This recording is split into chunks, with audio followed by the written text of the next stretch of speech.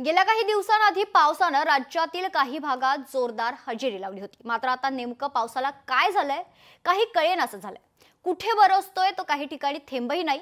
शेतकरी आभाळाकडे नजर खिळवून आहे, पण वरुण राजाची कृपा काही होत नाहीये। पाहूयात कोणत्या जिल्ह्यावर सध्या पाऊस रुसलाय आणि त्यामुळे शेतकरी कसा कासावीस झालाय।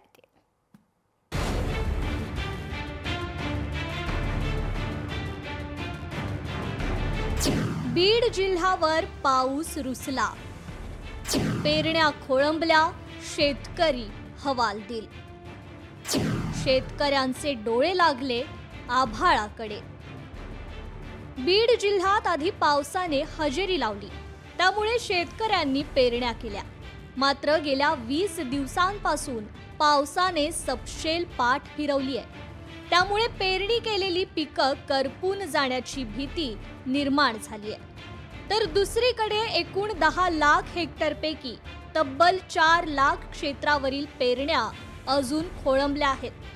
दरवर्षी मुक्ताबाईची पालखी आल्यानंतर पेरण्या होत असतात। यावर्षी मात्र पालखी येण्या अगोदरच पेरण्या झाल्या, त्यामुळे शेतकरी आता पावसाची वाट पाहतायत। एक महिना अगोदर पाऊस पडला, नांगरट पाळी पेरणी पाऊस अगोदर पडल्यामुळे पाळी पेरणी झाली आणि नंतर पाऊस आकाडला।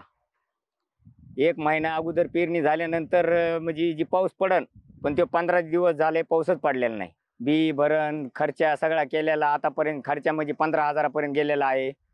आता पाऊस जर नाही पडला तर ती बी भरण सगळं मातीमध्ये जाईल। अजून एक 2-4 दिवसात जर पडला तर ठीक, ना तर मग ते पीक येणार नाही।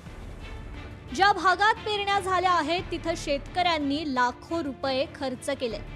आता ही पिकं उगवायची तर त्यासाठी पाऊस हवा, तसेच जिथं पेरण्या राहिल्या आहेत तिथंही पाऊसच हवाय। त्यामुळे बीड जिल्ह्यातील शेतकरी आशेनं आभाळाकडे बघत बसलाय। जमिनीमध्ये घातलेलं खत असेल, बियाणं असेल, त्याच्यासाठी जो झालेला खर्च आहे हा वाचला पाहिजे, जेणेकरून दुबार पेरणीचं संकट येऊ नये यासाठी आता शेतकऱ्यांचे डोळे आता आकाशाकडे लागल्याचं पाहायला मिळतंय। हरदास तावरे, लोकशाही मराठी, बीड। लोकशाही मराठी ऐका, पहा, जागरूक रहा।